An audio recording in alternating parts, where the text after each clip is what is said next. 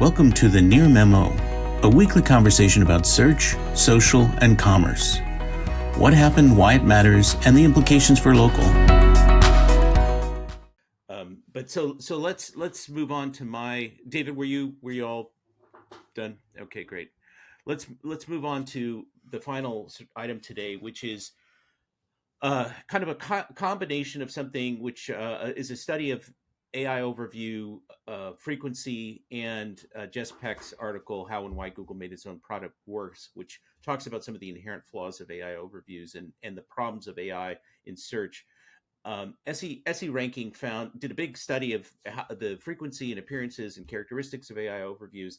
And basically what they found out of 100,000 keywords, I think they looked at, that AI overviews were now only appearing about 8.7% of the time, which is consistent with what other people have said. They were showing up 80% of the time, 70%, 90%, depending on the study during the Search Labs kind of period. And the sort of embarrassing gaffes that started showing up and people were documenting caused them to sort of like a turtle retracting its head into its shell, sort of pull way back, and that's reflected in this very, very sort of small number of AI overviews showing up. And they're, as we've said, they're not showing up for local. Jess Peck's article talks about a lot of things. It's a sort of a critique of AI. It's a critique of Google generally. Profit over product is sort of the mantra coming out of it. But she's saying that LLMs, large language models, and AI have some inherent problems and flaws that Google won't be able to solve. I mean, there's this sort of RAG corrective to just hallucination, but she's making the argument that these inherent flaws, the sort of probabilistic nature of LLMs and the way that they present information is problematic fundamentally for search, where you want factual information in many instances. I mean, the AI overviews are designed to present a sort of a flavor of factual information, and there's always going to be hallucination, there's always going to be errors, and there's always going to be problems according to that.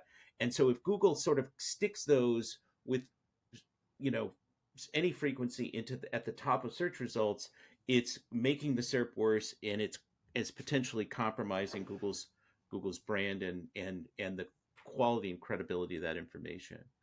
I just have one public service announcement about this article. I found it interesting and thoughtful. And as David pointed out earlier, it is the worst laid out article on the internet. It's right from 1995. So, kind of odd, but. Well, that goes back to David's point about formatting and modules and the aesthetics of the SERP. But anyway.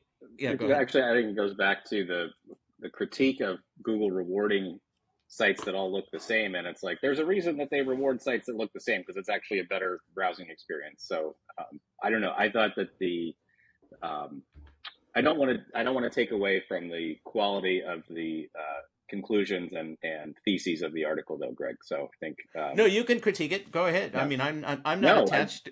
I generally agree. I generally agree with Jess's take, and I think that we've talked about in this podcast, again, I don't think it's really been that widely appreciated by the SEO community, but just the rush and the sort of impetus for Google releasing these AI overviews in the first place is largely one of fear. It's driven from we don't want to lose market share, we don't want to lose investor mind share.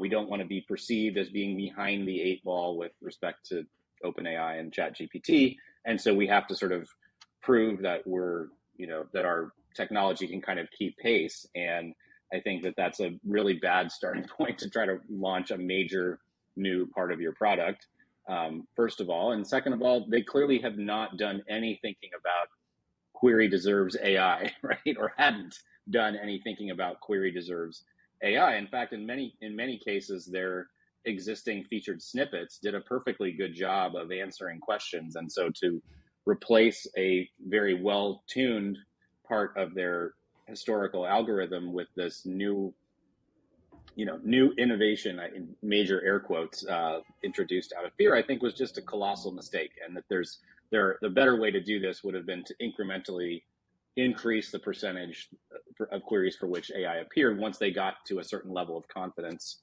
that the query actually deserved AI as opposed to just a featured snippet.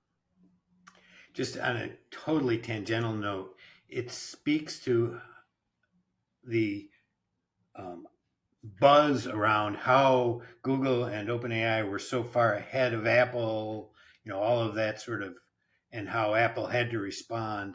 And then when they did respond, they responded totally consistently with everything they had done before. And they built this in slowly into their product in a way that makes sense, which is very hard for Google to do because of the way they roll.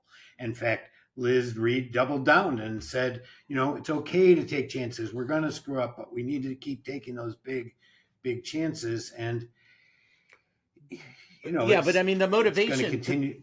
The motivation is so it's yes, it's important for Google to take chances, to take some risks in certain places, and be willing to experiment and fail. But the reason that Google's taking those chances is not to make the product better. It's not to make the product better. It's not a logical innovation for the product. It's this sort of Wall Street mindset, and it's this sort of competitive pressure. And certainly you need to respond to competition in many cases. But the way that they did it was just really ham-handed, and they had a year or whatever duration from the rollout of this in labs, and it's mysterious that they didn't get it more. They didn't refine it enough, right? It's interesting to me that the experiment, the SGE experiment in Maps, seemed to have ended. I don't hear anybody talking about it. No evidence of it at all, which I thought was a wise decision because it was so slow and so bad. And yet it has the most potential, as we pointed out, of almost any of these experiments. And yet it was so poorly done, and it doesn't show up at all, which is interesting. It's really strange. I mean, the expectations that Google has really gotten itself into a difficult situation because they decided they were going to do these AI overviews. They rolled them out to a lot of fanfare. They did this press tour with Sundar Pichai talking about how people like them and they're increasing engagement and more clicks are being driven, and then they got caught with all these errors, right? Which Google said was a very tiny percentage of the total, and some of them were fabricated. I mean, there was like this conspiracy thinking going on in that blog post, and now they're in this situation where they're kind of caught because if they radically minimize them or eliminate them, then they've sort of backed away from this, and they'll, unless they can show enormous revenue growth on the sort of Google Cloud side or other compensation, then they'll get punished. But if they keep going in the direction that they're going without fixing them, then they're going to see continuing user losses. I think there's an easy way actually for them to do this, which is to say, you know what, these aren't actually performing very well with users, so we're removing them from the SERP. This was an experiment and it didn't work, and so now we're going to try something different. And I think that's a very it's believable, at least in my own experience, and B, would probably palliate Wall Street if there wasn't really a loss of significant revenue associated with it. I'm sure they probably put in $1 billion of R&D costs into these things, but that's a drop in the bucket compared to their right. And I mean, they could spin it that their investment is going to be sort of on the B2B side, and that's where they're going to, or in workspace or whatever, and that's where they're going to really shine with this. Or they could put it in a different place on the page, to your point about all the modules. I mean, it doesn't have to be right at the top. They could put back snippets, and they could put it in some place at the bottom of the page or in the middle of the page that has a plus box where you can expand it and you can see it if you want, and you don't have to look at it, and it's not very obtrusive.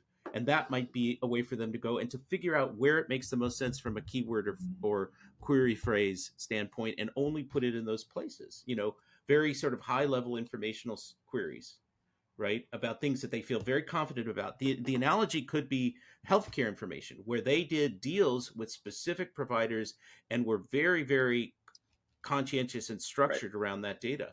They could do a similar. We've been saying that for years, literally years, that the real value of these large language modules happens when you have very tight curation of the sources structured that you're building. Exactly. Yep. So you're exactly right. If you build your healthcare answers on the same Mayo Clinic, Cleveland Clinic, the ones that show up at the nhs.gov.uk, you know, the very trustworthy medical sites, then you probably are going to get at least better answers. Not, yes, you should eat approximately 3 rocks a day when you're pregnant or whatever that glue in the pizza glue sauce. in the pizza, exactly. So yeah, drink your own urine or whatever the hell, you know, it was going on. But I you know, they could that's their way out of this, is to train the LLMs with in certain categories with very high quality, vetted, trusted information, to put that module in the middle of the page and to give users the ability to click it and open it, or to not click it. And that would be a way forward with this, where it would be truly additive and not destructive of their brand, and you know, all the all the critiques that we've leveled. Mike, you seem very... I'm just listening. All the thoughts are rattling around my brain, and I couldn't get one coherent one out. So there you have it. Well, why don't you take the last word then here, as we... Well, I don't have a last word. I mean, other than it's summer today at 4:51 our time. You'll probably be listening this tomorrow, but so it will be yesterday at 4:51. It's the solstice. So if you didn't go out and celebrate at the appropriate time, you should today celebrate the coming of summer. With your favorite pagan ritual. With your favorite pagan ritual, maybe dance around a little less than dressed. Okay. All right. There you go. Thanks for joining us. As always, tell your friends, and we'll see you next time. Thanks for joining David, Mike, and Greg. To stay on top of the latest developments in local, subscribe to our newsletter at nearmedia.co. We'll see you next week.